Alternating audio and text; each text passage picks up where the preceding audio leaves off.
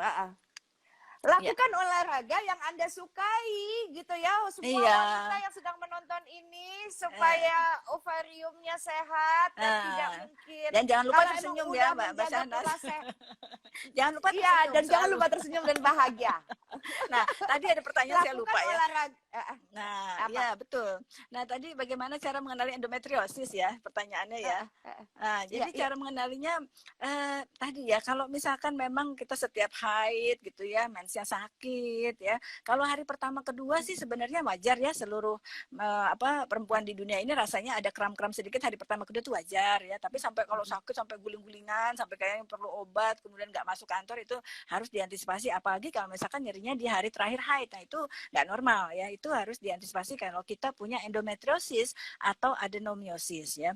Mungkin teman-teman bingung nih, adenomiosis apa gitu ya. Kalau kita disuruh milih ya, adenomiosis atau miom, mungkin banyak yang tahu ya, miom itu kan kayak tumor, kayak bakso ikan atau mutiara yang ada di dalam otot-otot rahim kita ya. Mutiara sih bagus ya, tapi ini miom gitu. Jadi itu nggak nyeri. Biasanya kalau miom itu nggak nyeri, mau sebesar apapun miom nggak nyeri gitu ya. Tapi kalau adenomiosis, walaupun kecil dia sakit. Adenomiosis itu adalah endometriosis yang ada di otot rahim. Jadi dia kayak kayak otot rahim itu jadi bagiannya sebagian mengeras gitu. Itu namanya adenomiosis. Biasanya nyeri. Kalau misalkan ada di bagian belakang umumnya memang adenomiosis itu ada di bagian segmen belakang di otot rahim. Itu biasanya melekat dengan usus, rektum ya, sehingga pada saat buang air besar juga kadang-kadang sakit, atau misalkan ketika melakukan hubungan seksual pada posisi tertentu juga sakit ya. Atau misalkan kalau sudah yang lebih berat lagi, dia nggak pakai mens, nggak pakai hubungan, nggak pakai buang air besar juga itu nyeri bagian bawahnya, itu bisa kita curigai suatu endometriosis begitu ya. Baik. Nah, jadi ini bagus sekali pertanyaannya dari CISC Bengkulu nih. Wah, berat Dr. nih, Tovan. Izin bertanya Dokter Tovan, saya Ibu Hajah Asih, Ketua CISC di Bengkulu gitu. Mau nanya, pasiennya Dokter Tovan yang paling banyak tuh usia berapa yang terkena kanker ovarium? Ya, oke. Ini pertanyaannya menjurus pada pasien pribadi. Ya, alhamdulillah Ibu ya. Jadi kebetulan saya di RSCM ya, RSCM FKUI, kami sebagai staf medis juga staf pengajar ya. Jadi memang karena RSCM itu adalah rumah sakit tersier ya, rujukan nasional. Jadi memang cukup banyak kanker ovarium yang kami terima di RSCM ini ya, dibandingkan kalau pasien pribadi. Maaf, kalau seringkali kita memang sering memotivasi pasien pribadi yang katakanlah kanker apapun, karena biaya besar kita arahkan ke BPJS. Jadi supaya mereka tidak terbebani secara biaya. Kalau secara usia, kalau dari 10 tahun terakhir ya, 10 tahun terakhir dari kanker registrasi di RSCM itu memang kita mendapatkan pasien rata-rata tadi saya sudah sampaikan 45 sampai 54 tahun. Ya, itu usia puncaknya ya. Yang paling muda antara 16 tahun, 19 tahun itu jenis kanker ovarium yang non epitel ya. Jadi yang prognosisnya beberapa yang masih bagus ya. Kemudian usia tengahnya atau median age-nya adalah usia 53 tahun, Ibu ya. Jadi memang sebagian besar memang di atas usia 50 tahun.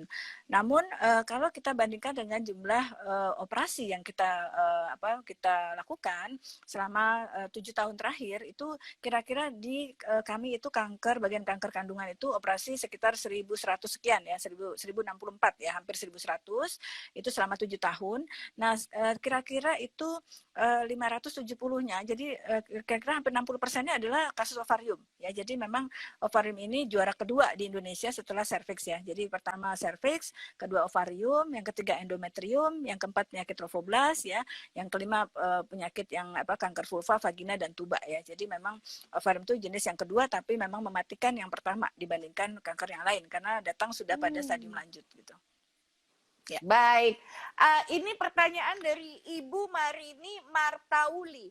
Dokter Tovan, jadi kalau saya kena kista sampai mesti operasi angkat rahim, saya aman nggak dari kanker ovarium? Ya, jadi Ibu Marini ini dari tadi depannya M semua ya, Mbak Syahnas ya. Iya. Marti, Marini, Yani ya, gitu ya. Kayaknya ini saudaraan kayaknya ya. Namanya generik lah pokoknya. Gak ada yang Syahnas gitu. Namira gitu ya, ada ya. Ada. Tovan juga nggak ada. Ya, nggak ada duanya pokoknya saya sama Mbak Syanas nggak ada duanya deh. Baik, jadi Ibu tadi menanyakan kalau diangkat rahim ya, apakah terbebas kanker ovarium ya. Nah ini tergantung ya, kalau misalkan ada kista juga, apakah kita juga diangkat sekalian ovarium atau tidak. Nah sekarang ini penting nih, penting buat ibu-ibu, teman-teman di sini ya.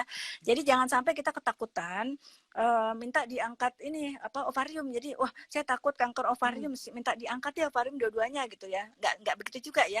Kalau kita cerita tadi tentang Angelina Jolie, kan ada Angelina Jolie apa namanya fenomena ya. Jadi waktu itu beliau karena ada 9 anggota keluarganya yang terkait dengan kanker, terkait dengan keluarga, familial cancer syndrome ya, maka dia melakukan pemeriksaan BRCA namanya ya, breast cancer antigen ya. Jadi suatu gen yang memang sangat terkait dengan kanker payudara ovarium ya. Dan ternyata dia positif ya, positif. Dan dia nggak mau ibunya itu kan kanker ovarium meninggal, tantenya juga ya. Kemudian beberapa tantenya juga payudara, meninggal pada usia 50-an tahun, masih muda lah gitu. Jadi waktu itu Angelina Jolie minta untuk diangkat payudaranya, mastektomi bilateral, itu di usia beliau 38 tahun. Itu masih muda loh, lagi maaf ya, payudara lagi bagus-bagus ya tuh.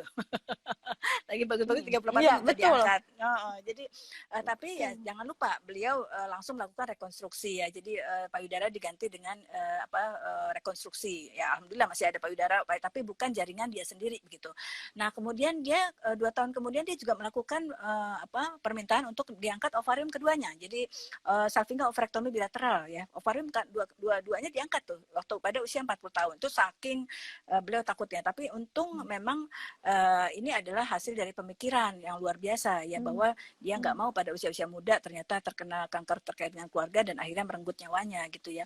Nah yang perlu tadi ya, kalau misalkan kita memang diangkat ovarium keduanya ya, memang jelas tidak ada resiko kita menderita kanker ovarium lagi, dengan catatan kita belum pernah menderita kanker ovarium, begitu, paham ya? Jadi artinya kalau misalkan kita sudah pernah menderita kanker ovarium dan ternyata stadiumnya lanjut, itu namanya mikroselnya itu udah nyebar kemana-mana, tunggu tanggal mainnya aja tuh kapan gitu loh. Walaupun ovarium kanan kirinya sudah diangkat, itu bisa dia ternyata muncul di leher, ya kelenjar getah bening leher bisa, atau misalkan muncul di tulang belakang ya, atau misalkan muncul misalkan di liver, itu bisa. Tapi kalau misalkan kita belum pernah ada terdiagnosis kanker ovarium, tentu pengangkatan kedua ovarium itu akan menurunkan secara signifikan sampai 98% kita tidak menderita kanker ovarium di kemudian hari. Tapi perlu disadari bahwa ovarium itu bukan organ untuk reproduksi saja. Jadi bukan organ untuk menghasilkan sel telur saja, menghasilkan hormon saja, estrogen, progesteron, dan lain sebagainya. Tapi dia justru estrogen itu adalah berfungsi untuk fungsi kehidupan. Ya. Jadi pada pasien-pasien yang memiliki misalkan nih keluarga yang memang banyak stroke-nya nih, ya penyakit-penyakit kardiovaskuler, jantung, pembuluh darah, pembuluh otak, ya pecah pembuluh darah dan sebagainya, itu biasanya memang kita sayang-sayang ovarium ya, karena ovarium itu juga melindungi jantung dan tulang, jantung dan pembuluh darah ya, sehingga kalau pasiennya lebih banyak keluarganya menderita stroke pada usia muda, hipertensi banyak, tentu pertimbangan untuk mengangkat ovarium keduanya kita sangat-sangat hati-hati ya, karena kita 50 tahun kita angkat ovarium ternyata dia menderita stroke dan itu juga mengancam nyawa gitu. Jadi memang ini adalah personalized medicine ya Mbak Syanas. Jadi selalu case by case ya, kita nggak bisa menyamaratakan semua pasien harus diangkat kedua ovarium, harus ditinggalkan dua-duanya, harus angkat satu.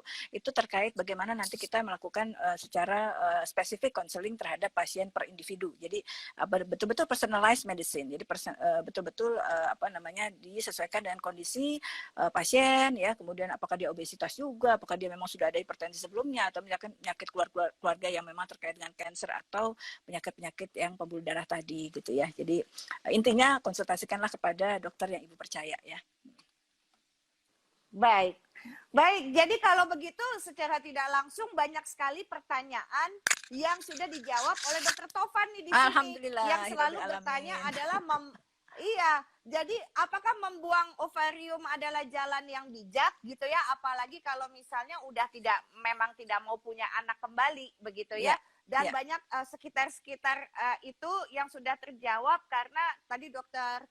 Tovan sudah memberikan secara tegas bahwa setiap keputusan itu tidak bisa disamakan, lain ladang lain ilalang, nggak bisa satu resep disikat buat semua penyakit karena pasti sekali. Case by case itu akan beda-beda gitu ya.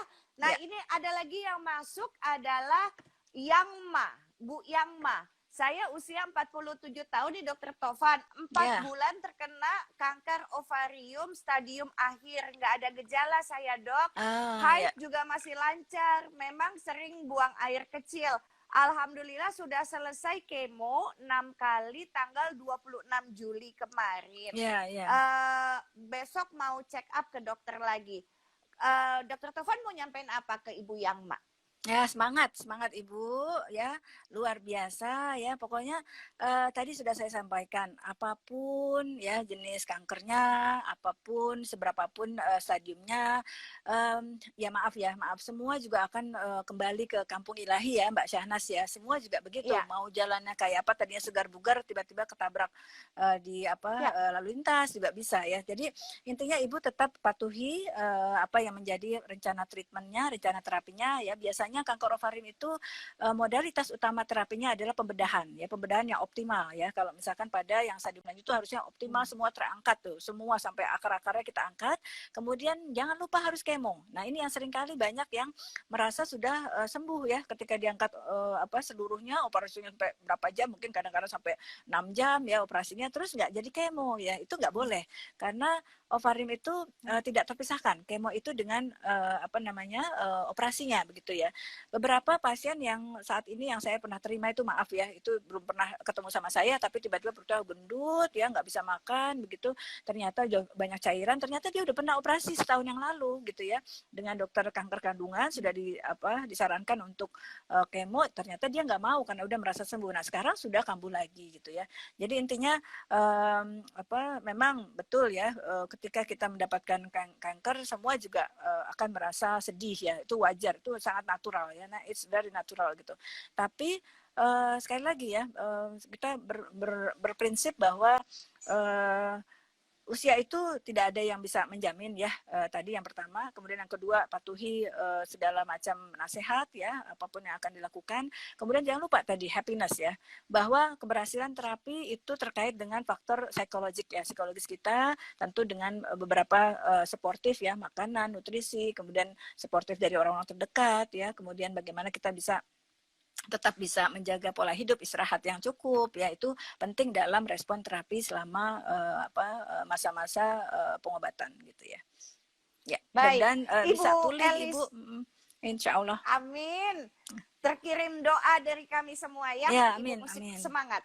Nah, Ibu Elis Cang membenarkan kalimatnya Dokter Tovan. Dokter Tovan bener banget nih. Karena kebetulan saya ketahuannya karena tanda-tandanya susah buang air kecil katanya. Jadi susah Susah buang kencing. kecil. Nah, jadi nggak sengaja jadi ketahuannya. Nah, ketemunya suka begitu ya, yang namanya kanker ovarium tuh Iya.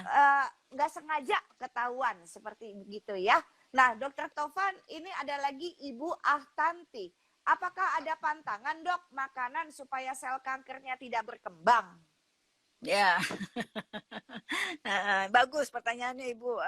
Jadi memang sekali lagi ya, kita mungkin kalau diajarin kayaknya udah pada tahu ya. Tapi kan yang susah kan ini godaannya terlalu besar ya. Kayak misalkan apa ya, maaf ya, kita sebut aja cheesecake ya. Cheesecake itu enak banget gitu kan. Ya kita nggak bisa nolak tuh kalau udah waduh lezat, kayaknya kalau nggak habis kita nggak ini ya, belum belum berhenti makannya gitu. Jadi kalau ditanya ada makanan apa sih yang bisa untuk ya artinya menghambat gitu ya, menghambat lajunya sel kita gitu ya, sel kanker gitu. Sebenarnya beberapa makanan mengandung antioksidan. Antioksidan ya pasti ya vitamin C, vitamin D, vitamin E. Nah, yang penting juga adalah vitamin D nih ya. Vitamin D itu seringkali kita merasa ya kita kan negara tropis ya, matahari ada di mana-mana gitu ya, bahkan dulu farmasi yang memproduksi vitamin D itu merasa nggak akan laku tuh vitamin D di Indonesia ya, karena negara tropis banyak mataharinya gitu ya. Tapi ternyata bahwa kita ada penelitian di populasi ibu hamil kita, ternyata 99% ibu hamil kita ternyata defisiensi vitamin D, luar biasa Mbak Syahnas, 99%.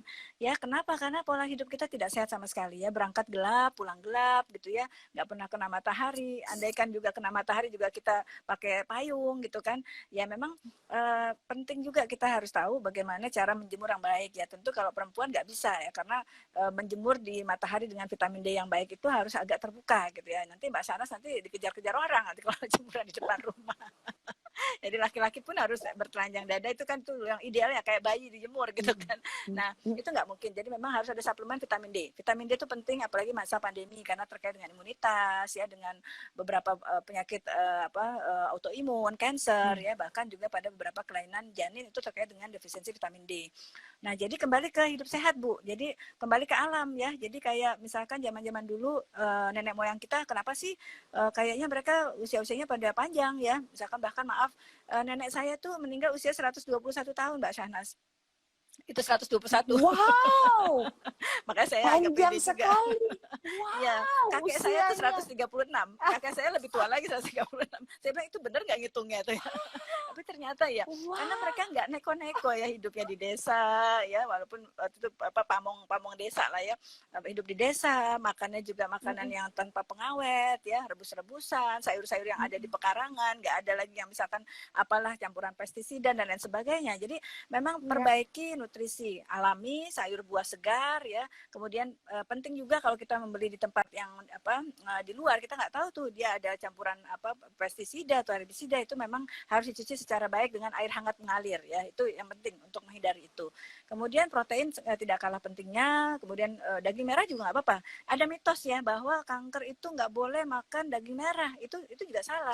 Ya, salah, itu kurang besi nanti dia, lemes nanti leto ya. Lemes, mau kemo nggak punya, iya mau kemo nggak punya tenaga. Iya, betul. Jadi yang penting adalah variasi makanan, protein juga hewani yang paling baik ya, misalkan ikan laut atau ikan kembung atau ikan darat air tawar yang itu yang tapi juga kalau mampu ikan lele nggak apa-apa ya. Yang penting variasi. Jadi hari ini misalkan ada ayam atau ikan, besoknya misalkan daging dengan apa, itu yang penting variasi.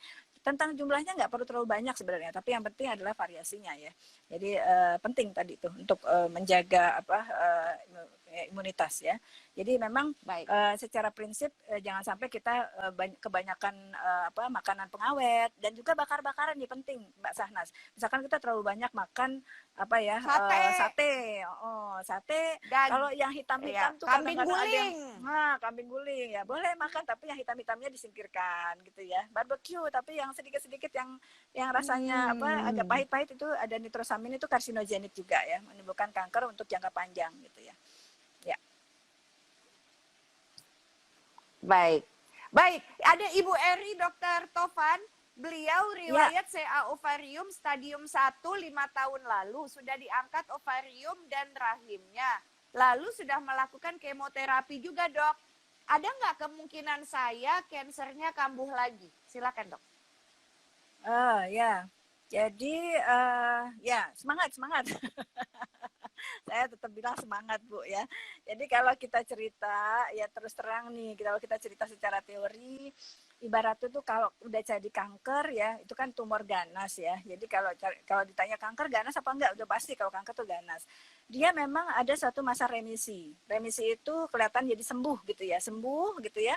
Tapi dia tetap ada resiko untuk terjadi recurrence, Ibu ya. Recurrence itu kambuh entah berapa tahun lagi. Tentu semakin dini kita temukan stadiumnya, tentu kekambuhan itu semakin lama terjadinya atau bahkan bisa sembuh seperti Mbak Syahnas ya. Jadi memang kalau ditanyakan Ibu apakah berisiko untuk terjadinya lagi, ada tetap, Bu, tapi tetap satu, kencengin doa aja ya, doa dan ikhtiar pasti ya.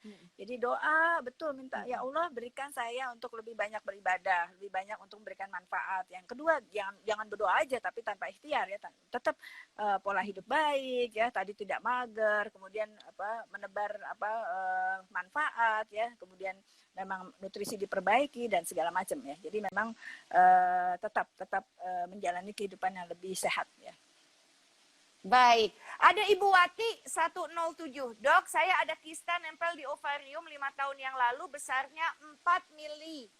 4 mili Pak Senti kali. Nah, Pak Senti, habisnya ml kali tulisnya. Iya, salah. Mililiter. Iya. Oh, mililiter, iya. Bulan lalu saya USG, kata dokter kistanya menciut. Itu kenapa ya, Dok? Kok kista bisa menciut? Rahimnya sudah diangkat 11 tahun yang lalu. Silakan, Dok. Oh ya, Ya, ini memang kategorinya tadi ya, ada beberapa kista yang sifatnya fungsional. Kista fungsional itu adalah terkait dengan ya dinamika siklusnya si ovarium itu sendiri ya. Jadi biasanya memang kita Ya. anjurkan, kalau itu kan ada sifat-sifatnya tuh. Kalau ibu misalkan dapetin dokter yang memang udah biasa ngelihat USG gitu ya untuk kista-kista ovarium, bilang oh ini jinak nih nggak apa-apa, nanti kita evaluasi lagi misalkan 3 bulan lagi, atau misalkan oh ini kayaknya kista fungsional nih, ini nggak diapa-apain juga bisa hilang, nanti datang ketika kalau misalkan sudah selesai haid, misalkan kalau masih haid gitu ya, biasanya itu akan hilang sendiri Mbak Syahnas ya. Tapi ada juga yang memang jenis Baik, kista yang kecil, yang itu tergantung, jadi itu mungkin kista fungsional nggak apa-apa, aman aman insya Allah.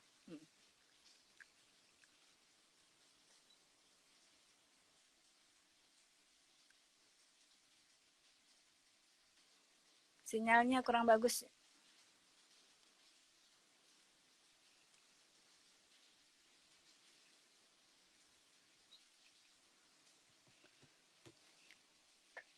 Oke, ada Ibu Ima Taslimajan. Dok, izin bertanya. Saya tuh udah pakai ini ngelakuin vaksin HPV. Sudah Ya. dilaksanakan 3 kali. Ini melindungi saya untuk berapa tahun ya HPV itu ya, Dok? Ya, ini kita ceritanya jadi melebar ya Mbak Syahnas ya. Ya. Apakah mitos atau fakta kanker ovarium dapat diwariskan? Ternyata ke serviks juga. Ya, sudah dijawab di depan ya, bahwa itu bukan mitos, itu fakta bahwa kanker ovarium bisa diwariskan ya.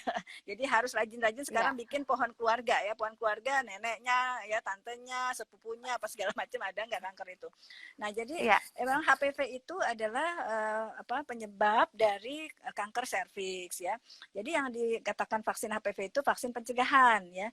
Jadi itu memang diberikan sepanjang studi yang sudah sampai saat ini, itu sepanjang hidup baru 1 kali aja. Jadi belum diperlukan booster ya, belum diperlukan ulangan ya, suntikan ulangan. Jadi kalau usianya di atas 15 tahun ke atas itu memang 3 kali suntik ya, ada jaraknya bulan 0, 1, 6 ya, itu ada schedule atau jadwalnya. Tapi kalau di bawah 14 tahun atau 14 tahun ke bawah itu cuma suntik 2 kali. Jadi memang secara penelitian itu masih bisa menjamin sampai 20 tahun. Itu masih bisa untuk bertahan secara imunogenicity-nya ya, kekebalannya ya.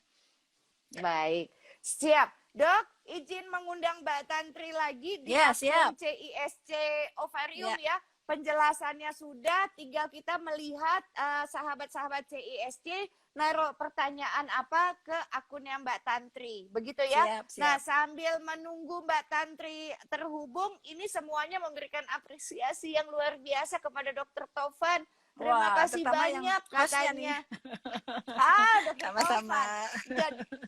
Jadi karena penjelasannya itu tuh semuanya sangat berguna, isinya daging semua katanya gitu loh, karena untuk kebutuhan mereka. Alhamdulillah ya Dok ya. Kalau misalnya ternyata bisa membuat orang sadar, karena dengan penyadaran itu bisa menyelamatkan nyawa. Baik, Dok, sambil menunggu Mbak Tantri dengan akun Ovarium, Mbak Tami minta tolong dihubungi Mbak Tantri untuk dikasih tahu. Kita jawab cepat aja ya Dok ya, untuk yang masuk dari pertanyaan-pertanyaan yang ada masuk ke DM gitu ya. Jika saya pasien kanker ovarium, apakah saya bisa kena kanker payudara? Bisa. Bisa, nggak perlu jelas. Nggak perlu kata singkat. Betul. Bisa. Katanya singkat, jadi sebaiknya cek, bisa. Ya, sebaiknya cek itu ya, BRCA itu untuk melakukan suatu prognosis juga ya, apakah kita memang probability-nya bagaimana. Karena tadi disampaikan satu singkat aja ya. Jadi kalau secara umum pada populasi umum ya, kanker ovarium itu rata-rata sebenarnya rendah, cuma 1-2% saja, ya 1,37%. Sedangkan kanker payudara itu 12% pada populasi umum ya. Tapi ketika kita punya BRCA-nya positif, misalkan kita sudah tadi kanker ovarium nih, ternyata BRCA-nya positif nih, BRCA1, BRCA2 itu meningkat tajam sampai bahkan sekitar sampai 69-80% ya pada BRCA1, sedangkan pada BRCA2 bisa sampai 30% peningkatan kanker payudara menjadi kanker ovarium ya. Jadi penting untuk memeriksa BRCA ya. Oke, siap. Jadi buat Anda, sahabat-sahabat CISC, jangan lupa di feed Instagram CISC itu ada video kampanye 10 jari. Yang salah satu faktor risikonya adalah mutasi genetik gitu ya. Nah, Dok, sekali lagi penjelasan singkat mutasi genetik itu adalah? Nah, mutasi itu adalah perubahan ya. Genetik itu pembawa sifat ya. Jadi bisa terjadi perubahan pada level gen ya. Gen itu sebenarnya kalau bisa dibayangkan teman-teman itu, kita ini satu tubuh ini terdiri dari beberapa organ ya, organ segala macam, sistem organ, jaringan, sel ya. Sel itu kalau teman-teman sudah belajar biologi kan sel itu ada intinya ya, nukleus ya. Inti itu adalah mengandung kromosom di situ pembawa materi genetik. Nah, di kromosom itu ada gen-gen tuh ya. Jadi kalau berdasarkan Badan Genomik Internasional, kita satu tubuh manusia itu memiliki 25.000 gen ya. Jadi tergantung gen apa yang terkena perubahan tersebut. Jadi bisa diturunkan, bisa ternyata memang itu alhamdulillah tidak diturunkan. Jadi tergantung apakah itu mutasinya bersifat didapatkan atau memang hasil dari keturunan ya. Baik. Baiklah, terima kasih dokter. Mbak Tantri sudah ada, silakan untuk sama-sama memberikan pertanyaan yang dari sahabat-sahabat CISC melalui Mbak Tantri. Silakan Mbak. Oke, soalnya dokter, maaf ya, tadi gangguannya. Ya nggak apa-apa. Oke, ini dari Mbak Novalia. Itu apakah yang dimaksud dengan clear cell carcinoma ovari? Mohon penjelasannya. Ini Mbak Novalia ini. Ya.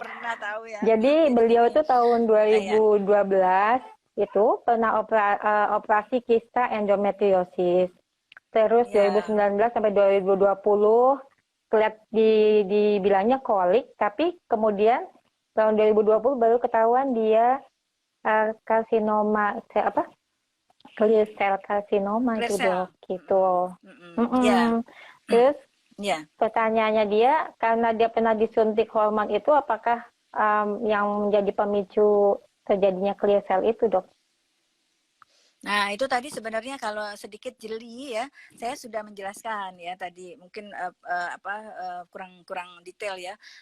Jadi yang namanya clear cell itu artinya kan clear itu jernih ya, cell itu sel. Jadi sel jernih itu jenis histologi atau pembacaan di mikroskop ya. Jadi kanker tuh ada banyak macamnya, ada seros, ada mucinos, ya isinya ada jelly, ada yang misalkan cairan encer aja, atau misalkan isinya kayak bunga karang gitu ya.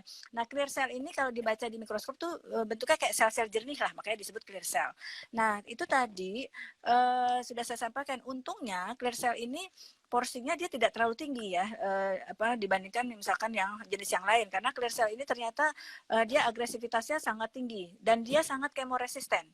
Kemoresisten itu kebal di kemo ya, itu si clear cell ini ya, dibandingkan yang jenis yang high grade serous itu lebih bagus prognosisnya di kemo.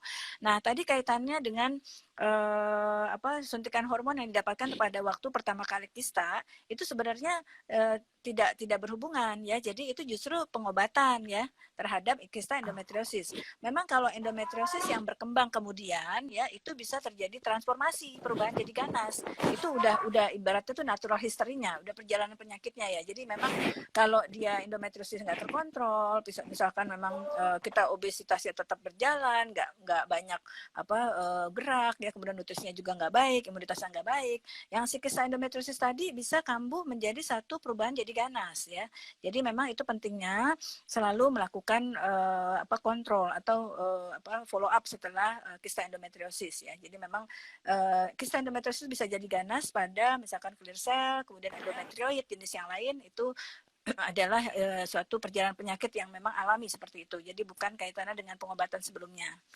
Ya, mudah-mudahan bisa menjawab ya, tapi tetap semangat ya. Iya dok, terima kasih. Baik. Nah, dok, ini jadi buat sebagai kesimpulan dok, kalau tapi sebelum masuk ke 5W1H ya, sebelum 5W1H adalah begini, apakah kalau orang kena kanker ovarium takut bahwa dia tidak bisa punya anak? Karena saya kalau menjelaskannya, karena ini kan pengalaman pribadi, selama ada ovarium yang masih ditinggalkan sama dokter dan itu sehat, dia bertelur, maka 100% Anda bisa punya anak. Begitu saya jawabnya Iya kalau dong, di DM. iya. Silakan. Iya, jangan gentar ya, sedikit pun harus confident ya, harus betul-betul confident. Tergantung ya, tadi saya sampaikan tergantung jenis kanker ovariumnya ya. Jadi kalau yang dysgerminoma itu jenis yang baik sekali. Jadi kemo itu habis tuh. Jadi biasanya kita nggak angkat semuanya kalau pada kasus dysgerminoma, dan pasien bisa hamil lagi ya dengan kondisi normal ya. Tentu tetap follow up ya. Jadi jangan berkecil hati. Bahkan pada kondisi yang jenis epitelial itu jenis yang memang cukup agresif pun, kita dengan berbagai pertimbangan tetap kita untuk mempertahankan yang namanya fungsi reproduksi ya. Jadi tapi memang tadi tuh jangan sampai misalkan pada nona nih terus nggak nikah nih, kayak repot ya. Kita mempertahankan kandungannya itu dalam rangka untuk hamil, tapi kok yang nggak nikah susah. Jadi memang biasanya disertai dengan tetap ada usaha untuk ada ya peluang untuk menikah dan memiliki anak segera ya. Setelah itu sudah punya anak satu udah cukup. Satu itu lebih dari cukup kalau untuk pasien yang memang kanker ovarium sudah agresif ya. Jadi biasanya kita dengan teknik teknologi assisted ya, jadi teknologi reproduksi berbantu atau IVF ya, bayi tabung, untuk segera stimulasi supaya tidak ada waktu lagi, karena dikhawatirkan kalau misalkan kita mempertahankan ternyata kita nggak ada waktunya tertunda-tunda, itu yang bukan terjadi kehamilan ya, tapi ternyata kankernya kambuh lagi ya, itu kan jadi lebih repot lagi ya. Jadi memang ini nanti akan terjadi satu kolaborasi antar multidisiplin ya, jadi antara dokter kanker kandungan dengan dokter bagian reproduksi, fertilitas endokrin, itu akan kolaborasi untuk menciptakan suatu kehamilan pada pasien-pasien pasca kanker ovarium ya. Baik. Dan sebagai kesimpulannya ya Mbak Tantri ya, Dokter Tovan, kita butuhkan sekali nih dok, adalah yang pertama kalau ternyata BRCA-nya positif, tes BRCA-nya positif, apa yang mesti segera dilakukan, sama kita simpulkan summary konklusinya adalah yang 5W1H. Silakan dok. Baik, ya kayaknya memang kalau Mbak Syahnas yang jadi host nih kayaknya sampai besok pagi juga pada anteng ya. Ya jadi tadi kalau misalkan dapetin hasil BRCA yang positif, tetap ya berbesar hati ya, tetap berpikir jernih dan mengkonsultasikan tentu ya dengan genetik konselor yang tepat ya, bisa siapapun. Sebenarnya beragam genetik konselor bisa melakukan, kayak misalkan onkogynecologist, dokter ahli kanker kandungan yang kompeten, atau misalkan bahkan pun seorang konselor genetik yang bukan berbasis pada misalkan dokter-dokter subspesialis tertentu ya. Jadi jangan galau sendiri lah ya, terus cari-cari sendiri terus jadi segala macam, jadi galau gitu, nggak bisa tidur 3 hari 3 malam gitu ya, jangan ya. Jadi datang kepada ahlinya ya. Kemudian yang kedua adalah 5W1H tadi ya.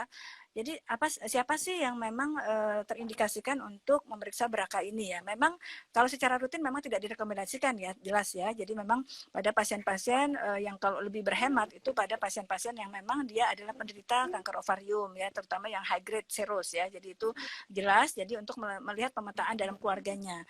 Tapi andaikan misalkan penderita tersebut juga masih negatif BRCA-nya, bukan berarti keluarganya aman semua ya. Karena ternyata 40% itu bisa kecolongan pada keluarga yang memang ternyata tidak diperiksa BRCA-nya pada pasien yang kanker ovarium tersebut ya. Jadi indikasinya pada pasien-pasien kanker ovarium jenis yang high grade ya.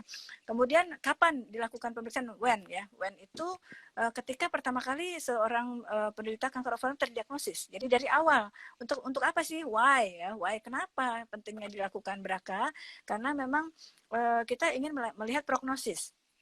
Ya, jadi dikatakan kalau misalkan BRCA2-nya positif, itu justru mengimplikasikan suatu prognosis yang lebih baik ya terhadap kemungkinan respon terhadap kemoterapi. Jadi malah justru kalau BRCA2-nya positif, bagi penderita tersebut baik untuk kemo responsiveness ya, jadi respon terhadap kemonya. Kemudian apa yang diambil nanti pemeriksaannya nggak banyak-banyak ya, biasanya kalau untuk menemukan suatu germline mutation, jadi mutasi yang terkait dengan diturunkan atau hereditary, itu adalah dari darah, biasanya darah, atau ya saliva juga bisa, tapi pada umumnya darah ya. Tapi kalau misalkan memang tidak ditemukan di darah, biasanya kita ngambil dari tumornya untuk lihat yang memang somatic mutation, jadi mutasi yang terkait dengan acquired atau didapatkan ya, memang hanya spesifik di tumornya tersebut ya. Kemudian where ya, di mana ya, tentu di laboratorium yang memang sudah melakukan pemeriksaan BRCA ya. Jadi beberapa saya nggak perlu sebut kali ya, nanti mungkin bisa berkonsultasi dengan CISC atau misalkan dengan Ya. teman-teman dari AZI ya. Jadi mungkin itu saja dan dari saya how-nya gampang kok ya, tinggal dilakukan ambil darah, kemudian dikirim ke laboratorium, biasanya pemeriksaannya bisa kira-kira 2 sampai 4 minggu ya hasilnya, tergantung teknologi kita sudah melakukan atau belum. Kalau misalkan masih dikirim ke luar negeri ya memang cukup memakan waktu ya itu. Mungkin itu saja dari saya. Jadi intinya pada kanker ovarium ini kita harus betul-betul awareness, itu kewaspadaan tingkat tinggi ya, karena sudah beberapa kali saya sampaikan, meskipun kita sudah berupaya untuk menjalankan pola hidup sehat sekalipun, kita tetap bisa kena kanker ovarium ya. Ya, tapi kalau misalkan pun ketahuan ya pada stadium awal, jadi 90-90% bisa tertanggulangi dengan prognosis yang baik ya. Jadi itu ya. Jadi pencegahan itu selalu lebih baik daripada pengobatan. Mungkin itu saja Mbak Syahnas, terima kasih banyak. Mudah-mudahan dapat menjadi manfaat untuk semua ya. Sangat bermanfaat, sangat menjadi sebuah pencerahan buat yang sedang menyaksikan. Mbak Tantri, sebelum saya tutup, apa yang mau disampaikan? Jadi ada akun CISC khusus buat ovarium ya. Silakan Mbak Tantri untuk menyampaikan, sama yang mau tes BRCA untuk warga komunitas tercinta CISC, ada potongan harga ya Mbak Tantri. Silakan. Luar biasa.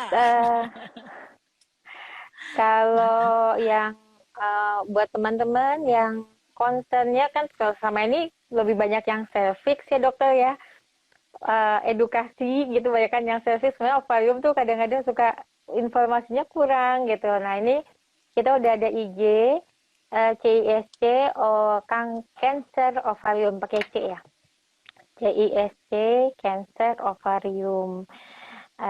Nanti insya Allah akan banyak berusaha untuk dikumpulin klip-klipnya, informasi-informasinya mengenai cancer ovarium itu gitu.